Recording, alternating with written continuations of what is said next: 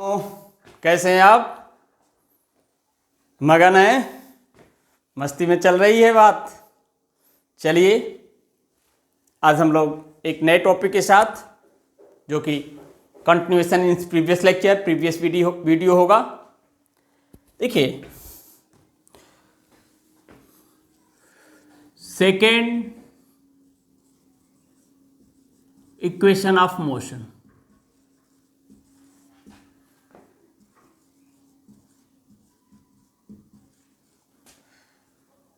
Second equation of motion, हमने इस equation को पहले भी डिराइव किया है, लेकिन जब हम रेक्टिलिनियर मोशन पढ़ रहे थे। और आज का हमारा टॉपिक कब है? Motion in a plane. Motion in a plane.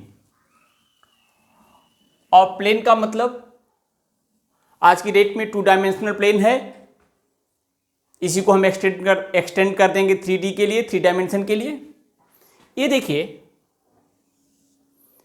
this is what x axis, this is what y axis, this is what origin। मान लीजिए एक पार्टिकल है, इसकी पोजीशन क्या है? p1। इसका पोजीशन वेक्टर क्या है? r0। पोजीशन क्या है? r0। यहां से मोशन स्टार्ट किया, और जिस समय मोशन स्टार्ट किया उसकी वेलोसिटी क्या है?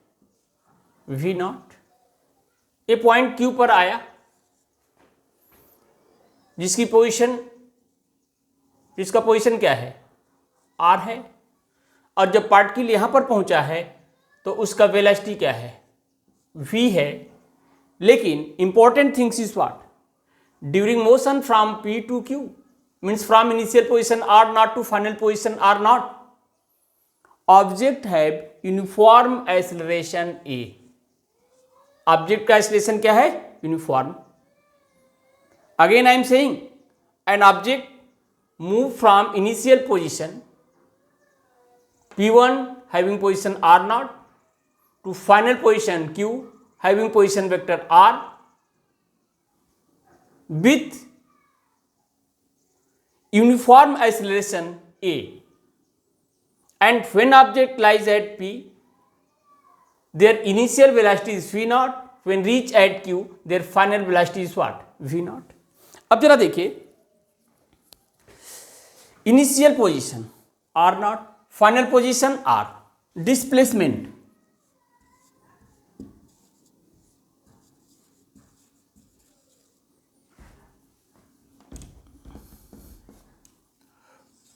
डिस्प्लेसमेंट इसे हम कहते हैं, से this one is what? r1। Final position minus initial position, ये होगा। अब जरा देखिए, एवरेज वेलोसिटी v बार वेक्टर लगाएंगे,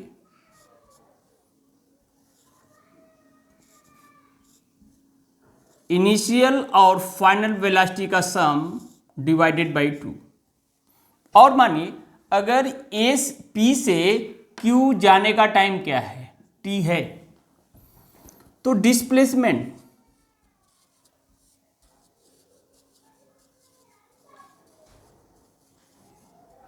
equal to average velocity into what? Time. Means what? v plus v0 by 2 into t. ये देखिए, डिस्प्लेसमेंट के प्लेस पर we can write this r1 minus r0, r1 minus r0 equal to this. ये देखिए, first equation of motion v equal to होता है v0 plus 80। इस v की जगह पर हम लिखेंगे v0 प्लस 80। देखिए, v की जगह v0 प्लस ए टी और एक वी नॉट पहले से है, whole divided by 2 into this t. अब जरा देखिए, we naught 2 v naught 2 v naught plus a t by 2। देखिए इंटू टी, वेक्टर लगाना नहीं भूलना चाहिए हम लोगों को। अब जरा देखिए, इस टी को इसके साथ लाएंगे 2 वी नॉट टी, तो अब जरा देखिए हम ऐसे लिखेंगे 2 v naught by 2 into t. इसको इसके साथ मल्टीप्लाई करके दोनों को अलग करके लिख रहे हैं, प्लस ए वेक्टर टी को टी से मल्टीप्लाई किया बाई 2। अब जरा देखिए, थोड़ा इधर लिखते हैं, R1 equal to R0 plus 2 और 2 कैंसिल हो जाएगा, v naught t plus half a t square. अच्छा, अब हमें थोड़ी सी ज़्यादा स्पेस की ज़रूरत है, इस पार्ट को हम यहाँ से हटाएंगे तो हमें लिखने में आसानी होगी।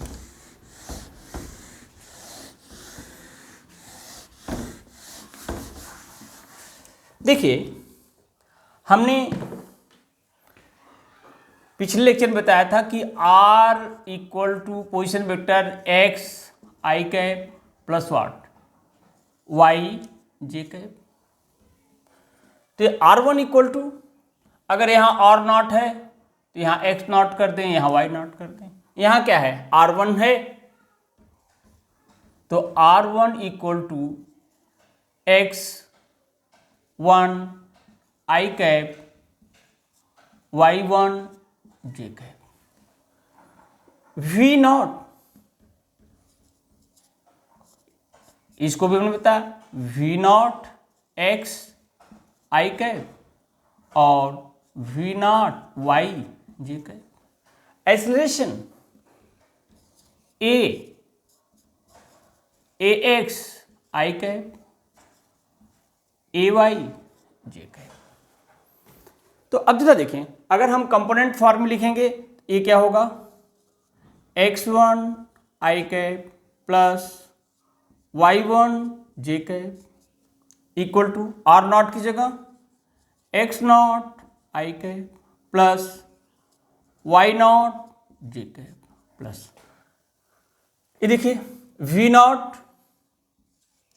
We naught X I cap T plus we naught Y J cap T plus acceleration का half component A X I cap T square plus half A Y J cap T square.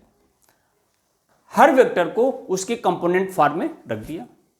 अब इसके बाद फिर क्या करेंगे, देखिए कल हमने किया था कि जो x कंपोनेंट है x कंपोनेंट के करस्पॉन्डिंग होगा, जो y कंपोनेंट है y कंपोनेंट के करस्पॉन्डिंग होगा। अब यहां से मिलेगा x1 इक्वल टू, केवल i कंपोनेंट लेंगे तो यहां क्या होगा x0, यहां क्या होगा plus we naught x t plus half a x t square. देखिए इसका भी एक्स कंपोनेंट, इसका भी एक्स कंपोनेंट, इसका भी एक्स कंपोनेंट और एक्सेलरेशन का भी क्या है एक्स कंपोनेंट।